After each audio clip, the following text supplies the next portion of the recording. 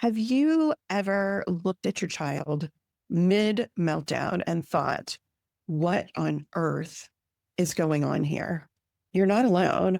I've had those moments. And I think every parent that I've worked with has had that moment too, sometimes multiple times a day.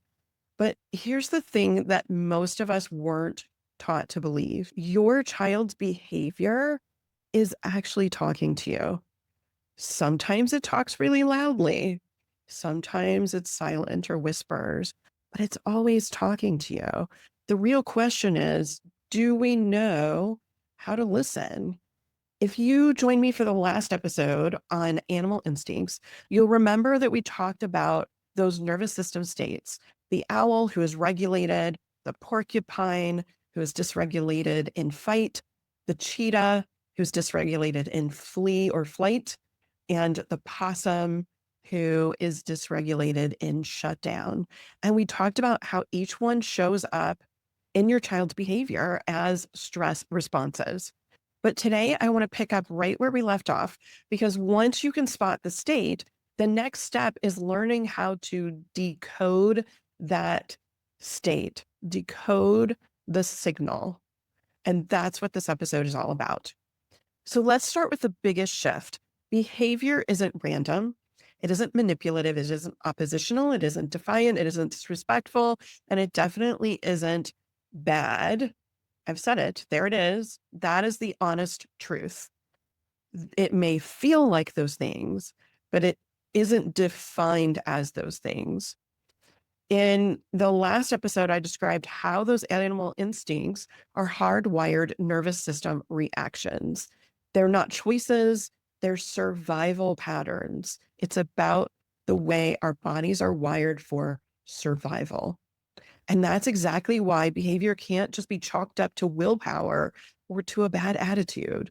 When your kid flips into fight, flight, or freeze, whether they look like that prickly porcupine, whether they're running off like that cheetah, or maybe they're tucked away like a possum, it is not misbehavior. Their nervous system is sending a loud, flashing signal to you. I don't feel safe. Something is too much for me right now. I need your help.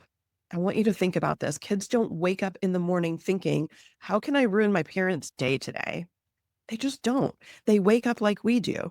They're hoping things are going to go well. They're wanting to be loved, and they're often very overwhelmed by things that they can't control. If we can hold on to that reframe, that behavior is a signal, then we can start to meet our kids where they really are. We can meet them where they actually are. Now, let's talk about how easy it is to misinterpret these signals. I'll give you a few examples. Let's talk about defiance. When your child refuses to do what you've asked, it can feel like disrespect. But often defiance is a signal of overwhelm or a lack of safety. And what is a lack of safety? It is dysregulation. Their nervous system is saying to you, this feels like too much. I need more support before I can move forward. Think about defining how things feel in a different way. Instead of saying, my kid refused to do this thing, and so they're disrespecting me, say, my kid is struggling with this right now, and it's coming out in ways that don't feel good to me, because their nervous system is sounding the alarm. If we think about laziness, maybe your child avoids homework or chores and it looks like they just don't care. But what if that laziness is actually an executive function struggle? Maybe the steps feel like a mountain and they have no idea where to start. So that signal is actually saying to you, I need scaffolding. Help me break this down. I need your help with some. If we think about aggression, hitting, yelling, throwing things, breaking things, these are really classic fight state behaviors.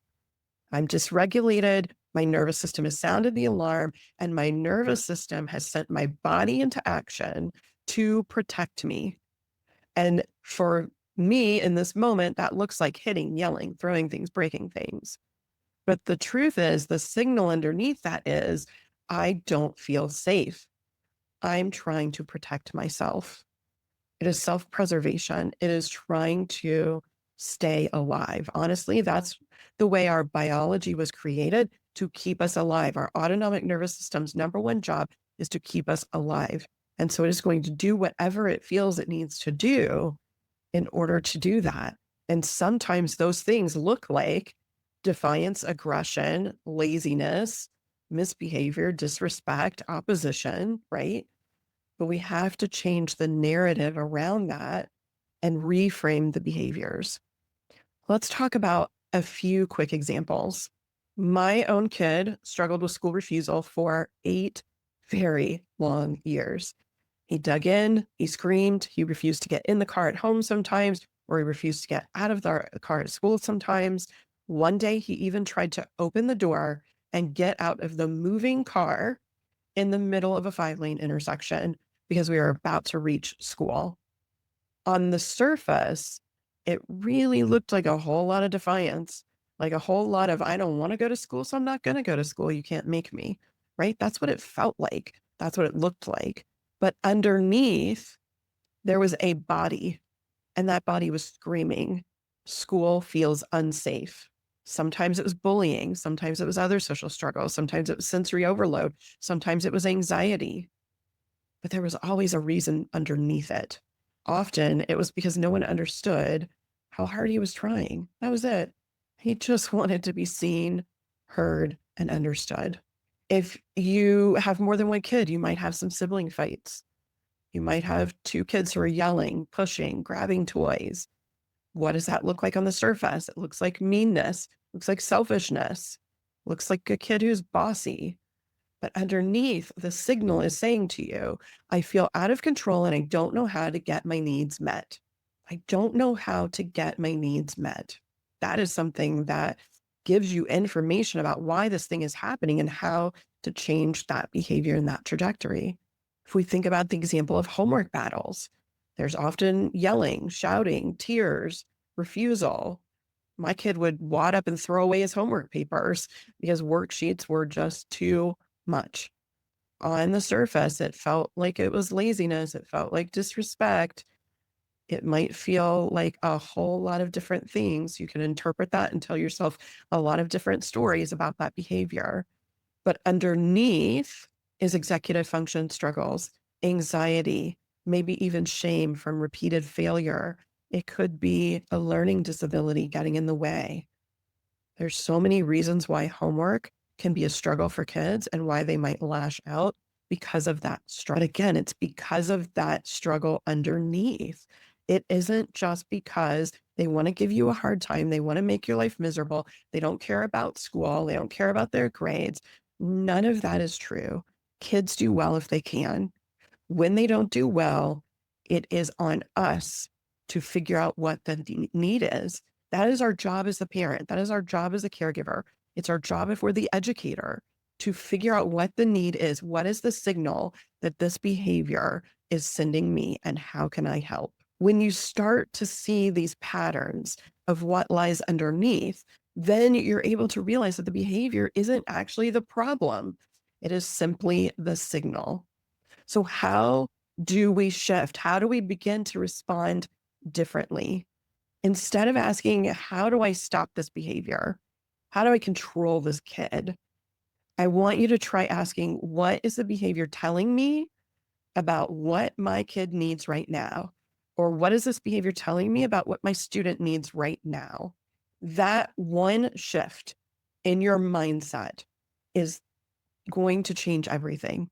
It moves us from control, trying to control that situation, that behavior, to curiosity, from punishment to problem solving, from firefighting to prevention. We're shifting from being reactive to proactive. Who doesn't want that? That's what we all want. And the really beautiful part of this is that your child feels the difference. They will feel the difference and they will feel seen. They will feel understood. And that changes how our nervous system feels.